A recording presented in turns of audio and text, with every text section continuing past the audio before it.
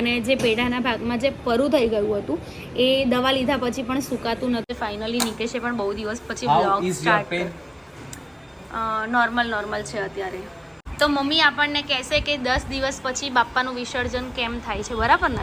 આવું આમ મારા પોતાની જાતને આવી રીતે જોઉં તો મને નહીં મજા આવે. નિશુ વાગી જશે. એ અક્ષય કુમાર જોજો અક્ષય કુમાર અને લેંગી જવાનું હતું. હા, અને આજે મેં કીધું ને તો તમે ના પાડી. અને એક વાર કહેતા હાથે કરીને માથું જોડાવું ના પાડું ને પહેલા કરે. ડાપણની દાળ હતી ને મારી, તો એમાં શું હતું ખબર છે? ચાલુ થઈ ગયું ભાઈ. શિવ આપણે બાબા શેમાં જઈશું? સુપિયા. Hello everyone, welcome back to my new vlog. કેમ છે બધા? હોપ કે તમે બધા જ મજામાં હશો. હું પણ મજામાં છું જ અત્યારે. બિકોઝ કાલે મારો વ્લોગ નહોતો આવ્યો. એનું રીઝન એ હતું કે સવારે હું છે ને થોડીક લેટ ઉઠી, એના પછી મારે થોડું ઘર સાફ કરવાનું અત્યારથી જ કાઢી નાખવાનું છે. બિકોઝ મારે હમણાં વર્કલોડ બહુ રહેશે નવરાત્રિના લીધે થઈને, એટલે મેં કીધું થોડું સ્ટાર્ટ કરી દઉં. અને પછી કેવું થયું, હું એક જગ્યાએ રીલ્સ કરવા માટે ગઈ હતી અને ત્યાંથી આવી પછી મારે આ જે દાઢનું છે ને એનું હજુ કંઈ પણ રિઝલ્ટ નથી આવ્યું. બિકોઝ મારે કેવું છે કે કવર કરાવ્યું, મને પહેલાં જે પેઇન થતો હતો ને એનો એ સેમ રહેતો હતો. અને જે પેઢાના ભાગમાં જે પરું થઈ ગયું હતું એ દવા લીધા પછી પણ સુકાતું નહોતું, એટલે હું બહુ જ હેરાન થઈ ગઈ છું. તો પછી અત્યારે છે ને એ દાઢ જ કાઢી નાખી છે. અને પેલું નહીં કહેતા કે દાંત આવે તોય તકલીફ અને જાય તોય તકલીફ, એવું છે. તો કાલ રાત્રે તો બહુ જ પેઇન હતો, ફૂલ નાઇટ, મતલબ 2 કલાક માટે જ્યારે મેં દવા લીધી ને એના પછી મને ઊંઘ આવી ગઈ. પણ નિશુ જેવો ઉઠ્યો ને એવી મારી ઊંઘ ઉડી ગઈ. પછી મને એટલો બધો પેઇન થતો હતો ને કે રહેવાય જ નહીં. તો અત્યારે નિકેશ જાય છે અને નિશુ પણ જાય છે મમ્મીના ત્યાં. તો એ લોકોને હું પહેલાં મળાવી લઉં તમને. બાય, ગુડ મોર્નિંગ, જય શ્રી કૃષ્ણ. તો આજે ફાઇનલી નિકેશે પણ બહુ દિવસ પછી વ્લોગ સ્ટાર્ટ નોર્મલ છે અત્યારે. કોલ આવી ગયો. ઓકે ચલો બાય, જય શ્રી કૃષ્ણ, ધ્યાન રાખજો. ઓકે, આ બબુના લઈ જઉં છું. નિશિવ બાય બેટો. ના પપ્પાએ પહેરી લીધા બેટા. આ મમ્મા સામું જો, તો મમ્મી સામું જો. નિશિવ આમ જો, મારી સામું જો. એ છોકરો તો નિશુ છે ને 15 દિવસથી મમ્મીના ઘરે નહોતો ગયો. મતલબ મમ્મીને લોકો અહીંયા આવે તો થોડી વાર રમે એટલું જ. તો મમ્મી એમનો ફોન આવ્યો હતો કે એને અહીંયા મોકલી દે, એમ પણ તને પેઇન છે. તો અત્યારે દવા લીધી છે ને મેં પાણીમાં નાખીને પીવાની, તો એના લીધે અત્યારે મને બિલકુલ પેઇન નથી. એટલે મતલબ માઇનોર છે, બટ જેવી દવાની અસર જશે ને એટલે એવો પેઇન થવાનો છે. અને આજે છે બુધવાર, ઘણા લોકોએ આજે વિસર્જન કર્યું હશે, 5 દિવસ થઈ ગયા છે. બટ અમારા ઘરે નથી કરવાનું, કેમ કે આજે બુધવાર જ થયો ને. એક સેકન્ડ મમ્મી, આજે બુધવાર થયો ને? યસ. તો આજે 5 દિવસનું ઘણા લોકોના ત્યાં વિસર્જન કરશે, બટ અમારે કેવું છે કે બુધવારના દિવસે વિસર્જન નહીં કરવાનું. અને એમ પણ અમારા લોકોને છે ને 5 વર્ષ પતી ગયા છે 10 દિવસના. તો અમે 7 દિવસનું વિસર્જન કરીશું શુક્રવારે. એટલે શુક્રવારે શનિવાર તમને વિસર્જનનું બ્લોગ જોવા મળશે. બહુ જ મજા આવવાની છે. કોણ આવવાનું છે વિસર્જનમાં એ પણ બધું તમને બ્લોગની અંદર જ જોવા મળશે. સો કંઈ નહીં, અત્યારનો દિવસ તો આવી રીતે સ્ટાર્ટ થઈ ગયો છે. તો આપણે મળીએ આગળ. શું કહેશો મમ્મી? બસ આજમાં તબિયત બગડી ગઈ છે. બગડી ગઈ, હાલત જ ખરાબ થઈ ગઈ છે, મગજ ફરી ગયો છે. Good morning. અને અત્યારે મમ્મી છે ને લસણ ફોલે. મમ્મી જ્યારે ફ્રી ટાઈમમાં હોય ને એટલે કાં લસણ ફોલવાનું અને કાં દિવેટો બનાવવાની. બેઠા કંઈક તો ચાલુ જ હોય. તો અત્યારે મમ્મી છે ને ધરો આઠમની વાર્તા સાંભળે છે ને. શું કેટલું સાંભળ્યું? બસ એ થોડુંક સાંભળ્યું, પણ બીજે પછી ધ્યાન ના ગયું પાછું બે. અચ્છા. તો અમે અમારા બાપાને તમે જોઈ લો કે એમને ધરોનો હાર ચડાયો છે અને બાપા સરસ મજાના રેડી છે અત્યારે. બટ પછી એમને મોકલી દેવાના છે, જે બહુ હાર્ડ છે.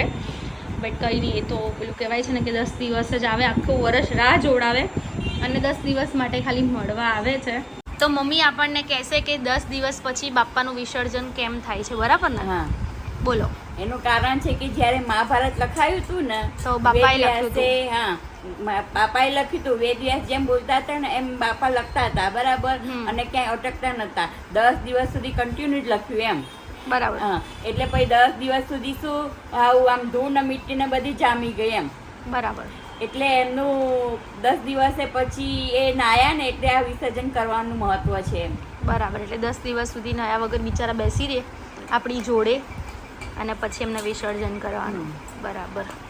હું અત્યારે આવી ગયો છું ઓફિસેથી કામ પતાવીને અને નિશુને મૂક્યો હતો નાનીના ઘરે, એને પણ લઈને આવી ગયો છું. અને ખુશીને અત્યારે થોડુંક બેટર છે કાલ કરતાં, એને ખુશી એટલે મેડમ ચડી ગયા છે. સવાર કરતાં પણ બેટર છે. અને અત્યારે ખુશી બનાવી રહી છે મેંદુવડા, કારણ કે એને બહુ જ ભાવે છે. અને કારણ કે હમણાં છે ને 2-3 દિવસથી ખુશીને જે ભાવે એ જ બનાવવામાં આવે છે. કેમ એવું? હા જ તો મારું ભાવતું શું બનાવ્યું એ પહેલા તો આવી રીતે નહીં કેમેરો બે કેમેરો છે ને આવું આમ મારા પોતાની જાતને આવી રીતે જોઉં તો મને નહીં મજા નિશુ વાગી જશે. આ છોકરો તો બહુ જ મસ્તીખોર થઈ ગયો. બધા એમ કે ટકો કરાવીએ ને તો છોકરા શાંત થઈ જાય. પણ અમાર ઊંધું છે ખબર નહીં, આના ટકો કર્યા આપે બહુ જ મસ્તી ઉપર. આ લેંગી નીચે કર. એ અક્ષય કુમાર જોજો અક્ષય કુમાર અને લેંગી ઊંચ નિશુ આ પકડી લે લઈ લે સાંચી લઈ લે. જે પાછી લેંગી ઊંચી કરી નાખશે. નહીં બંધ રાખ ને બેટા, બંધ રાખ. શું કરવા માથું ચડાવે? તાર રંબુ ના હોય ને. મેં મારું ભાવતું શું બનાવ્યું? ભાવતું જ ના મેંદુવડા તારા ભાવતા નહીં. કાલે મેં મેંદુવડાનું કીધું તો તમે ના પાડી. તો કાલે તો પણ કાલે દવાખાને જવાનું હતું. હા અને આજે મેં કીધું ને તો તમે ના પાડી. અને એકવાર કે હાથે કરીને માથું ચડાવું ના પાડું ને પહેલા કરે. વખત જો તકલીફ તો રહેવાની. શું ક્યાં બોલતા સચિન? જા બાર બતાઈએ. જા બસ બતાઈએ. જા બેટા જા. પિંકી નિશુ પિંકી દીદીને બતાવી જા. જા પિંકીને જા પિંકીને બતાવી. નહીં કરતો જરીક વાર બંધ અંદર રસોડામાં રૂમમાં ગયો. ઓકે શું કહેવા માંગીશ તારા ફ્રેન્ડ્સને? કોઈ કહેવા નહીં માંગતી. જો દાઢનું કોઈને પણ કંઈ જ દુખતું હોય ને તો પહેલા જ બતાવી આવું. બરાબર? રાહ ના જોવી લોંગ ટાઈમ સુધી. હું તો જે હેરાન થઈ રહી છું મારું મન જ જાણે છે. છેલ્લા કેટલા મહિનાથી આઈ થિંક 2-3 મહિનાથી ટ્રીટમેન્ટ ચાલે છે. 3 મહિના ઉપર ને હજી બીજા 2 મહિના ચાલશે. અને જ્યારે પહેલી વખત મેં દાઢનું ચાલુ કર્યું ને બટ આ બંધ કરવાનું હતું. એ ગયા રક્ષાબંધનનું. હા રક્ષાબંધન પહેલા મેં ગયો. ડાપણની દાળ હતી ને આ બંધ કરવા. ડાપણની દાળ હતી ને મારી તો એમાં શું હતું ખબર છે? એનું ચાલુ થઈ ગયું ભાઈનું. ડાપણની દાળ હતી ને એ કઢાવવાની હતી તો મેં એ કઢાઈને તો મને છે ને સ્વેલિંગ આવી ગયું. તો મારો આખો ફેસ તમે લાસ્ટમાં રક્ષાબંધન સૂજી ગયો હતો. તો એમાં એવું લાગે કે એક સાઈડ માવો ભરાયેલો હોય ને એવા વિડીયોઝ આવેલા છે. પછી એના પછી કેવું થયું કે મને તોય દુખાવો ના મળ્યો. પછી હું ફરી ચેકઅપ માટે ગઈ ને તો ડૉક્ટરે એવું કીધું કે પેલા એનો દુખાવો હશે પછી મટી જશે. પછી મેં સહન કર્યું 6-7 મહિના જેવું સહન કર્યું. અને એવું થતું હશે ને કે એ દુઃખ કાહે ખતમ નહીં હો રહા. હા મને ખરેખર એવું જ થાય છે અત્યારે. પછી કેવું થયું કે રચિતાના મેરેજ ને બધું આવે એટલે પછી ઇગ્નોર કર્યું. પછી મારો બર્થડે આવ્યો, નિશીનો બર્થડે આવ્યો. પછી મેં બતાવવા ગઈ ફરી. મેં કીધું હવે મને સહન નહીં કરું. એટલે એમણે કીધું કે સડો કાઢ્યો, એના ઉપર કેપ પહેર્યો. કેપ પહેરાઈને પછી તો પણ પેઢામાં જે પરવું હતું ને એ ના સુકાયું જ નહીં દવા લીધા પછી પણ. એટલે હવે કેપે કાઢી નાખી, દાઢે કાઢી નાખી, અંદર સ્ક્રૂ ફિટ કર્યા છે. હવે નવી દાઢ મૂકવાના છે. હવે જોઈએ શું થાય. હવે તારી એક દાઢમાં આટલી હાલત હતી તો મમ્મીને તો છે ને બધા કાઢી નાખ્યા. એવું છે? મમ્મી આપણે એવું કીધું કે મમ્મીને તો બધા ઇમ્પ્લાન્ટ છે. તેમાં શું છે તો છે એમાં ક્યાંક હોય છે. ભાઈ ખોટું થોડી છે. એવું કહેવાનું મમ્મીને. માં બોલે શું મમ્મી એ મમ્મી છે આપણે તો સાચું સહી જ બાત હે, સહી બાત હે. તો મમ્મીને કેવું દુઃખ થયું હશે હું એમ કહેતો હતો એમ કે ભાઈ આપણને એક દાડમાં સહન નહીં થતું તો જ્યારે આપણા બધા જ દાંત નીકળી જાય અને પછી ઇમ્પ્લાન્ટ કરાવવાનું થાય તો શું હાલત થાય. મેં તો સવારે મમ્મીએ એકચ્યુઅલી મને યાદ છે ને ત્યાં સુધી 6 મહિના બહુ હેરાન થઈ ને મમ્મી. 6 મહિના બધું સારું. આ દાઢનો દુખાવો નહીં. હા દાઢનો દુખાવો નહીં સારો, કારણ કે છે ને મગજના તાર હલી જાય દાઢનો દુખાવો પડે ને હું કાલ રાત્રે જે પડી રહી હતી ને એ કદાચ એનો વિડીયો લીધો હોત ને તો તમને લોકોને એવું થતું કે બાપરે આટલું બધું હેરાન થવાય છે. ગજબ. પણ જેને દુખાવો જ્યારે પણ થતો હશે ત્યારે એ લોકોને તો ખબર જ હોય ને કે ભાઈ દાઢનો દુખાવો એ કેવો છે ને કે જે સહન ના થાય. એના માટે એ સહન ના થાય એમ કેમ કે તમને કોઈ નોર્મલ બી દુખે ને તોય તમારું મગજ બાકી તમને કોઈ કે વખતે હેરાન કરે ને તો તમે અકળાઈ જાઓ. હા એ છે મારા જેમ. શિવ આપણે બાબા શેમાં જઈશું? શું પે આમ બમ્બમમાં કે કેમ પીપીમાં કેમ જવાનું? કેવી રીતે જવાનું? નિશુ આપણે કાલ ક્યાં ગયા હતા?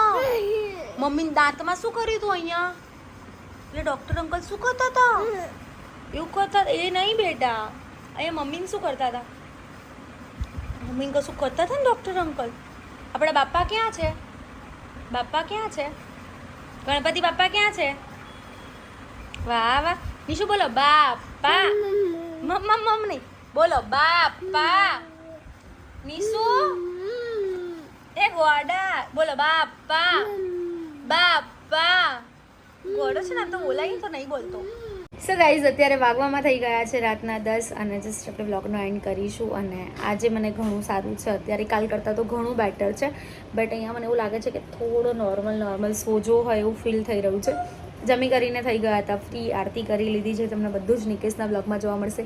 નિકેશે આજે બ્લોગ લીધો છે એટલે તમે ત્યાં જઈને જોઈ શકો છો. અને થેન્ક યુ સો મચ કે હિન્દી વ્લોગનો જે મતલબ લાસ્ટ આપણે વ્લોગ મૂક્યો મુંડન સેરેમનીનો, એને એટલો બધો પ્રેમ મળ્યો છે કે 10K વ્યૂઝ 1 ડેમાં થઈ ગયા છે. તો બધાને જ પહેલાં તો થેન્ક યુ સો મચ. તમારો આભાર હું કઈ રીતે વ્યક્ત કરું ને મને ખબર જ નથી પડતી. તો ફરી એક વખત બધાને થેન્ક યુ સો મચ. મળીએ છીએ કોઈ નવા વ્લોગ સાથે. ત્યાં સુધી બાય, હરે કૃષ્ણ.